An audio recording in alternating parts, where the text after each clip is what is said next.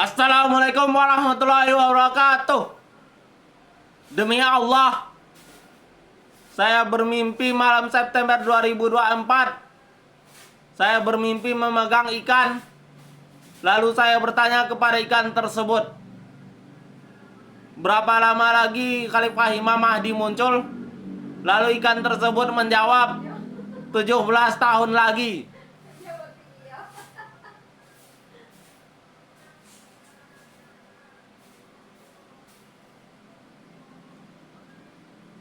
Dari An-Nawas bin Sim'an radhiyallahu anhu berkata, pada suatu pagi Rasulullah SAW menceritakan tentang Dajjal. Di dalam cerita itu beliau merendahkan dan atau melirihkan dan mengeraskan suaranya sehingga kami mengira bahwa Dajjal itu berada di tengah-tengah kebun korma. Ketika kami ke kebun, beliau mengetahui maksud kami. Kemudian beliau bertanya, apa maksudmu? Kami menjawab, wahai Rasulullah, tadi engkau menceritakan tentang Dajjal, dan di dalam bercerita itu engkau merendahkan dan atau melirihkan dan mengeraskan suara sehingga kami mengira bahwa Dajjal berada di tengah-tengah kebun korma. Beliau bersabda, selain Dajjal ada yang lebih aku khawatirkan. Jika Dajjal keluar sedangkan aku masih berada di tengah-tengah kamu sekalian, niscaya cukup aku saja yang melawannya tanpa kamu. Jika Dajjal keluar sedangkan aku sudah tidak berada di tengah-tengah kamu sekalian, maka masing-masing orang harus bisa mempertahankan dirinya sendiri. Allah sebagai gantiku di dalam melindungi setiap muslim. Dajjal itu adalah seorang pemuda yang berambut keriting, matanya agak menonjol keluar. Kalau boleh aku mengumpamakan, dia itu seperti Abdul Uzza bin Qatan. Barang siapa di antara kamu sekalian menjumpainya, maka hendaklah membacakan permulaan surat Al-Kahfi kepadanya. Dajjal keluar di antara Ham dan Irak. Kemudian ia membuat onar ke kanan dan ke kiri. Wahai hamba Allah, teguhkanlah pendirianmu. Kami bertanya, wahai Rasulullah, berapa lama dia di permukaan bumi? Beliau menjawab, 40 hari. Sehari seperti 1 tahun, sehari seperti 1 bulan, sehari seperti 1 minggu, dan hari-hari yang lain seperti hari-hari biasa. Kami bertanya, wahai Rasulullah, pada hari yang seperti 1 tahun itu apakah kita cukup mengerjakan salat seperti 1 hari biasa saja? Beliau bersabda, tidak, kira-kirakan saja. Kami bertanya, wahai Rasulullah, bagaimana kecepatannya di permukaan bumi ini? Beliau bersabda, seperti awan yang didorong oleh angin. Ia datang kepada suatu kaum dan mengajak mereka, maka mereka pun mempercayainya dan mengikuti apa yang diperintahkannya. Ia menyuruh langit untuk segera menurunkan hujan, maka turunlah hujan. Yang menyuruh tanah untuk menumbuhkan tanaman-tanaman, maka tumbuhlah tanaman-tanaman. Sehingga kembalilah para penggembala dengan ternak yang segar bugar.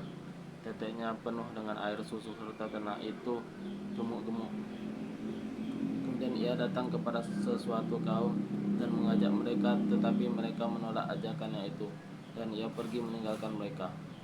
Kemudian keadaan mereka sangat menyedihkan, karena tiada sedikit pun harta kekayaan mereka. Ia berjalan melewati daerah yang kosong dan berkata kepadanya, keluarkanlah simpananmu. Maka simpanan kekayaan daerah itu mengiringi Dajjal sebagaimana raja lebah yang diiringi oleh pasukan lebah. Kemudian ia memanggil seseorang yang masih sangat muda dan dipenggalnya dengan pedang. Dipotong menjadi 2 lalu dibuang sejauh mungkin. Kemudian Dajjal memanggilnya dan pemuda yang dipenggal itu datang dengan muka yang berseri-seri sambil tertawa. Dalam keadaan yang seperti itu, tiba-tiba Allah Ta'ala mengutus Al-Masih Isa bin Maryam, di mana beliau turun pada menara putih di sebelah timur Damaskus. Turun dengan meletakkan kedua telapak tangannya pada sayap kedua malaikat. Bila beliau menundukkan kepala, maka beliau meneteskan air mata, dan bila beliau mengangkatnya, maka mengalirlah butiran yang seperti mutiara. Tiada seorang kafir pun yang membau-bau nafasnya, melainkan ia pasti meninggal dunia, dan nafasnya itu sampai pada batas pandangannya. Beliau mencari Dajjal sehingga ditemukannya di Bablu, nama sebuah daerah di Palestina. Lantas beliau membunuhnya. Kemudian Isa datang kepada suatu kaum yang telah dipelihara oleh Allah dari gangguan Dajjal. Beliau lantas mengusap muka mereka dan menceritakan derajat mereka di dalam surga. Dalam keadaan yang demikian itu, tiba-tiba Allah Ta'ala memberi wahyu kepada Isa SAW, "Sungguh aku telah mendatangkan makhluk kepada hambaku yang tiada seorang pun dapat memerangi mereka, maka ungsikanlah hambaku ke Bukit Tur." Allah mendatangkan Ya'jud dan Ma'jud, maka turun dengan cepat dari seluruh tempat-tempat yang tinggi. Rombongan yang pertama di antara mereka berjalan melewati danau Tabariyah dan meminum semua air yang berada di danau itu, sehingga rombongan yang terakhir berkata, "Tadi di sini penuh dengan air." Nabi Allah Isa beserta para sahabat terkepung sehingga nilai kepala lembu bagi seseorang di antara mereka itu lebih berharga dari 100 dinar bagi seorang di antara kamu sekalian waktu sekarang ini. Nabi Allah Isa beserta para sahabatnya merasa sangat benci kepada Ya'jud dan Ma'jud serta mereka berdoa kepada Allah Ta'ala. Allah Ta'ala lantas mendatangkan penyakit kepada Ya'jud dan Ma'jud sehingga mereka mati serentak. Kemudian Nabi Allah Isa beserta para sahabatnya radhiyallahu anhu turun dari bukit ke bumi. Mereka tidak mendapatkan sejengkal tempat pun di permukaan bumi ini, melainkan sudah penuh dengan bangkai dan bau busuk. Maka Nabi Allah Isa beserta para sahabat yang berdoa kepada Allah, kemudian Allah Ta'ala mengutus burung yang seperti leher onta lantas mengambil dan membuang bangkai-bangkai Ya'jud dan Ma'jud pada tempat yang dikehendaki oleh Allah. Kemudian Allah Azza wa Jalla menurunkan hujan lebat sampai menggenangi rumah dan tempat sarang binatang untuk mencuci bumi, sehingga bumi ini sangat bersih seperti batu yang licin. Kemudian diperintahkan kepada bumi, "Tumbuhkanlah buah-buahanmu dan keluarkanlah barakahmu." Maka waktu itu orang-orang cukup makan terima dan bernaung dengan kulitnya, serta diberi berkah di dalam susu, sehingga air susu satu onta cukup untuk beberapa kelompok manusia. Air susu satu sapi cukup untuk satu suku bangsa, dan air susu satu kambing cukup untuk beberapa orang. Sewaktu mereka dalam keadaan seperti itu, tiba-tiba Allah Ta'ala mengutus angin segar yang masuk lewat bawah ketiak mereka serta mencabut roh setiap orang mukmin dan muslim. Dan orang-orang yang jahat masih tetap hidup di dunia, di mana mereka sering berbuat kekacauan seperti keledai. Maka pada mereka itulah terjadi hari kiamat. Riwayat Muslim. Dari Ribi'i bin Hiras berkata, "Saya pergi bersama Abu Mas'ud Al-Ansari ke tempat Hudzaifah bin Al-Yaman radhiyallahu anhu. Kemudian Abu Mas'ud berkata kepada Hudzaifah, 'Ceritakanlah kepadaku berita tentang Dajjal yang kau dengar dari Rasulullah SAW.' Hudzaifah berkata, 'Sesungguhnya Dajjal itu akan keluar dengan membawa air dan api. Adapun apa yang terlihat air oleh manusia, maka itu sebenarnya adalah api yang membakar. Sedangkan apa yang terlihat api oleh manusia, maka itu sebenarnya adalah air yang dingin dan segar. Barang siapa di antara kamu sekarang berjumpa dengan Dajjal, maka hendaklah yang menjatuhkan pilihannya kepada apa yang terlihat api, karena sesungguhnya itu adalah air yang segar dan baik.' Kemudian Abu Mas'ud berkata, 'Saya pun telah mendengar berita yang seperti itu.' Riwayat Bukhari dan Muslim.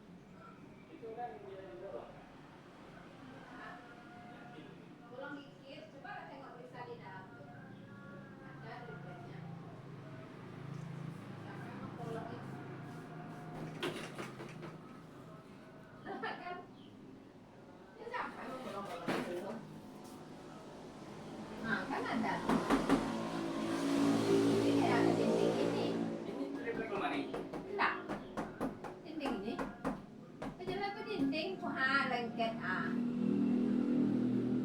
Cuman bolongnya double tuh gitu. Itu siapa yang bolongin? Nggak tahu nih siapa yang bolongin dah. Ini dulu di apa? Kucing. Bukan, ini bocor sendiri karena bocor sana. Nanti bilang ke tukang buka satu sengnya. Kata 4 sengnya tuh di atas tuh bolong.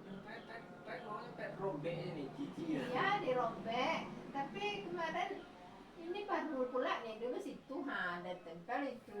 Jadi bukan karena kucingmu ya? Enggak. Kasih itu aja lah yang agak tebal misalnya entah apalah. Apa? Plafon, maaf. Pelakon. Plafon. Apa pelakon? Itu yang agak tebal tuh. Ya yang itu pangkalnya duluan. Bocor satu tuh. Kenapa ya Pak itu? Jawabannya. Bolong tuh. Langsung seng ya. Itu kayu-kayu rumahnya apa nggak mau laku? Kan bagus tuh, kayu bagus tuh. Yang di atas lah. Ya kan bagus semua tuh. Kayu keras. Sengaja kayu bagus tuh dibuat. Iya, kalau nggak kan bolong nggak enak juga. Ini di rekaman. Iya, YouTube. Oh dia upload juga? Iya. Ada yang lihat emang? Itu kok masih ada? Ya biar. Assalamualaikum